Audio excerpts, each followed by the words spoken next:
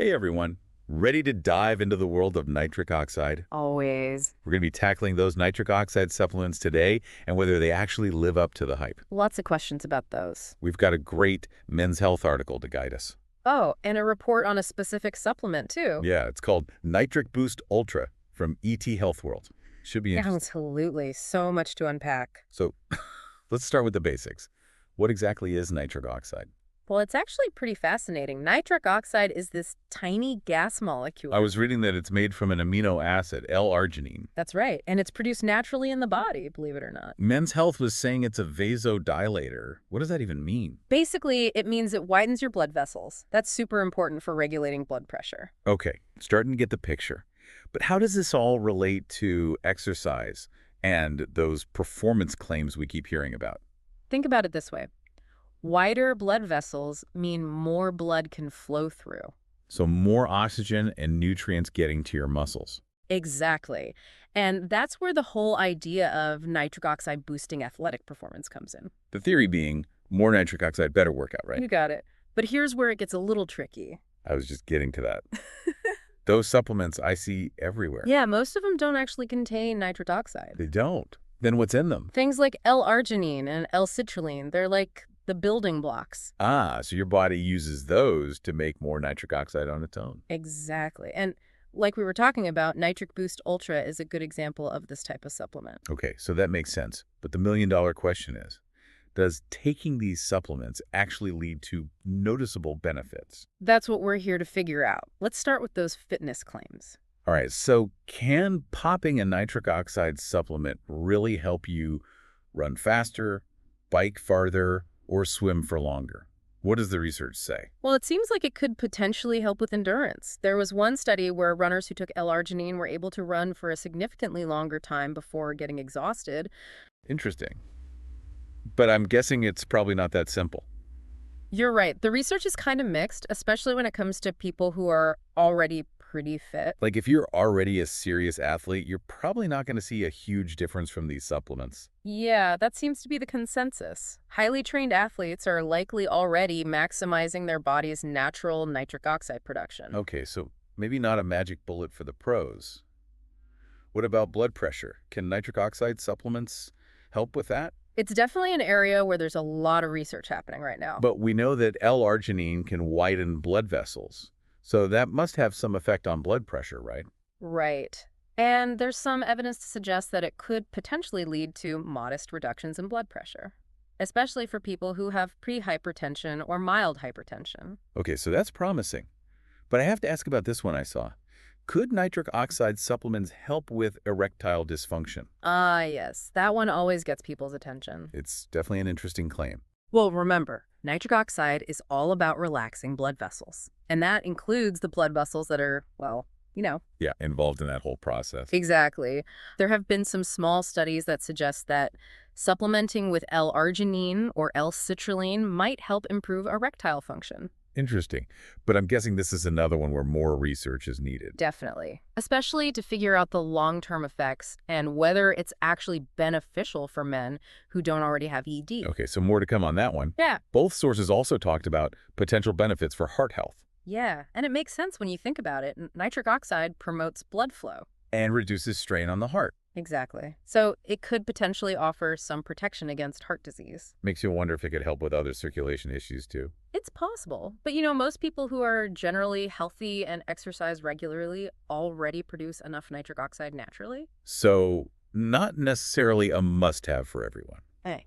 Okay, now this is where things get really interesting. Oh, tell me more. ET Health World was talking about inhaled nitric oxide as a potential treatment for some pretty serious stuff like severe COVID cases. Oh, wow, yeah. Nitric oxide, when you inhale it, can open up those blood vessels in the lungs. And that could be really helpful for people with those breathing difficulties that come with severe COVID. Exactly. It's a really fascinating area of research, especially for treating things like acute respiratory distress syndrome. That's a common complication of severe COVID. Wow, so nitric oxide might be a key player in fighting all kinds of respiratory illnesses. It's amazing how much we're still learning about this tiny molecule. All right, so we've covered a lot of potential benefits, But let's be realistic. There's a lot of hype around these supplements. Definitely. What are the experts actually saying about their safety? Well, it seems like the general consensus is that those nitric oxide precursors are generally safe for most people. As long as you stick to moderate doses, right? Right.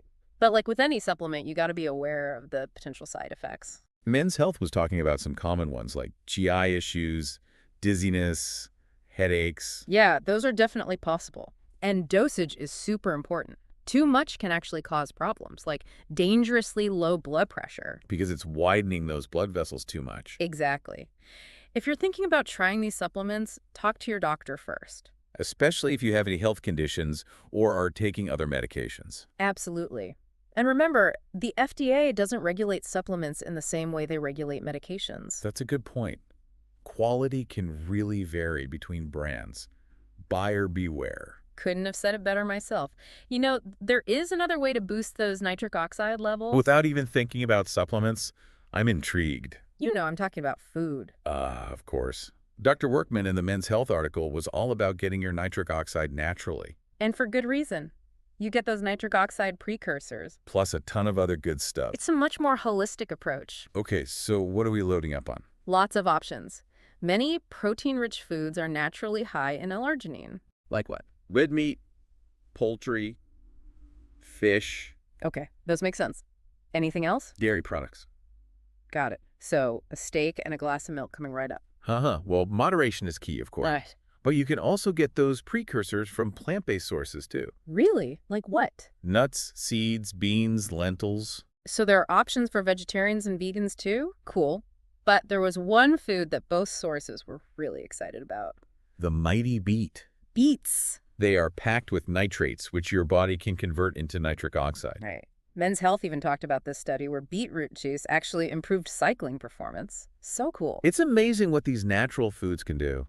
I'm definitely going to have to try adding some beetroot to my smoothies. Maybe with some spinach and a few berries for good measure. Sounds delicious. And it just goes to show that you don't need fancy pills or powders to boost your nitric oxide levels. Sometimes the simplest solutions are the best.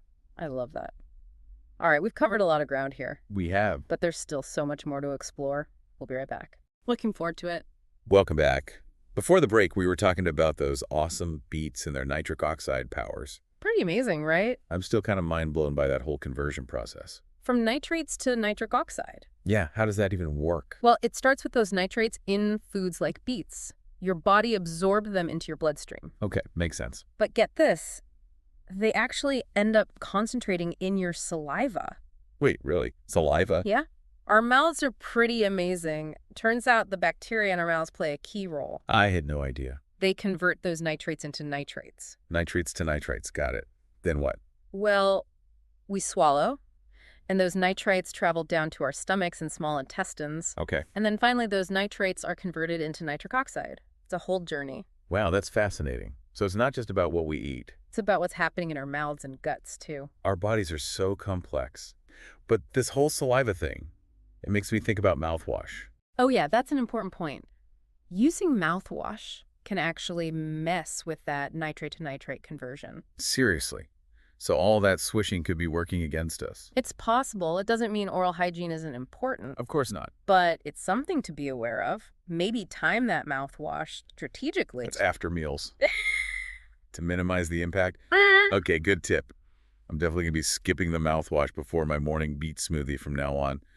Speaking of, you mentioned that study where beetroot juice helped cyclists. Oh yeah, that was a cool one. What were the specifics on that? They had cyclists drink beetroot juice a few hours before a timed trial. Okay. And those who drank the juice were able to generate more peak power and keep a higher pedaling velocity. Wow, so it really did make a difference. It's pretty compelling evidence for those natural nitrates. Maybe I'll swap out my pre-workout drink for some beetroot juice. But it's not all about athletic performance, right? Right, we were talking about those heart health benefits too. Yeah, all thanks to nitric oxide being a vasodilator. Yep. It can improve blood flow, which is good for the heart. Helps lower blood pressure potentially too. Like giving our cardiovascular system a little boost. So what about those supplements? Are they a good option, or should we stick to those whole food sources? That's the big question, isn't it? It seems like it. The research is still all over the place. Some studies show some promise, but others not so much. And I'm guessing it probably depends on the person.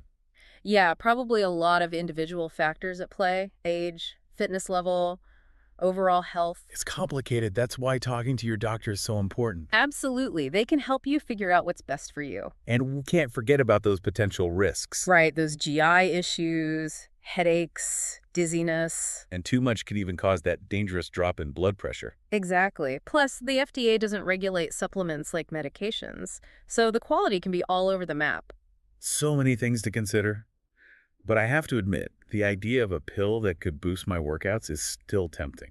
Oh, I get it. We all want that quick fix. It's human nature, right? Totally.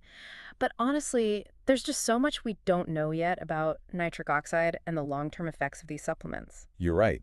Maybe it's best to stick with those delicious whole food sources for now. At least until we know more. Besides, who doesn't love a good beet salad? Or a spinach smoothie. Count me in. Okay, so we've established that food is the way to go. For now. Exactly. Yeah. But what about specific ways to incorporate more of these nitric oxide boosting foods into our diets? Oh, that's the fun part. We'll be right back to talk about some creative recipe ideas and explore some more of those fascinating studies. You can't wait. Welcome back to the show. Before the break, we were getting hungry talking about all those beet recipes. I know, right? So many delicious ways to boost that nitric oxide. I think I'm going to have to try that beet and goat cheese salad I was telling you about. Oh, that sounds amazing. You know, don't forget about all those leafy greens, too. Oh, yeah. Spinach, arugula. Even kale. They're all packed with nitrates. So many good options. But before we get too carried away with recipe ideas, I wanted to circle back to something we talked about earlier. The whole idea of combining a healthy diet with supplements. Yeah. Is it worth it? Exactly. What are your thoughts on that? It's tricky. I mean, for some people, it might be beneficial. I'm thinking like people with certain health conditions. Yeah, or maybe those with really demanding fitness goals. But it's not for everyone. Definitely not a one-size-fits-all situation. That's why talking to your doctor is so important. Absolutely. They can help you figure out what's right for you. We can't forget, no matter what supplements you're taking, they should never replace a healthy lifestyle. Couldn't agree more. Gotta have that balanced diet, regular exercise, good sleep. Those are the non-negotiables. For sure. It's about taking a holistic approach to your health. Speaking of overall health, you mentioned something earlier that really caught my attention. The connection between nitric oxide and aging. Oh, yeah, that's a fascinating area of research. Tell me more. What's the link there? Well, as we age, our bodies naturally produce less nitric oxide. Makes sense. And that decline has been linked to a lot of those age-related health problems. Like what? Cardiovascular disease, cognitive decline, Wow, yeah. even erectile dysfunction. So it's kind of a big deal. It seems that way. Researchers are still trying to figure it all out. But it makes you wonder if keeping those nitric oxide levels up could help us age better. Right. It's a really exciting area of research. So it's not just about performance and those immediate benefits. It could have long-term implications for our health and how we age. Exactly. And the good news is there's growing evidence that suggests those lifestyle changes, like diet and exercise, can help. So all that stuff we've been talking about, Mhm. eating our beets, getting those workouts in, it could actually help us stay younger for longer. It's definitely a possibility. We're still uncovering all the ways nitric oxide impacts our health and longevity, but it's clear this little molecule is way more important than we thought. It's amazing how much we've learned just in this deep dive. We've gone from understanding how nitric oxide regulates blood pressure to exploring all these potential benefits for athletic performance, heart health, even healthy aging. Who knew this tiny gas molecule was so important? I know. It's been a wild ride. So what's the takeaway here? What should our listeners be thinking about as they go forward? If you're looking to boost your nitric oxide, remember the power of food. Fill your plate with those colorful veggies, especially beets, spinach, arugula. Have fun experimenting with them.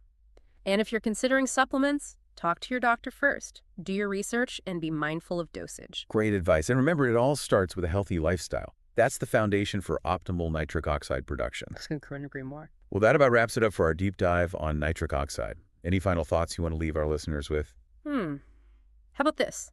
What if, as we unlock even more secrets about nitric oxide, we find even more powerful ways to use it? Not just to improve our health and fitness, but to actually extend our lifespan and make our lives even better. Wow, that's an incredible thought.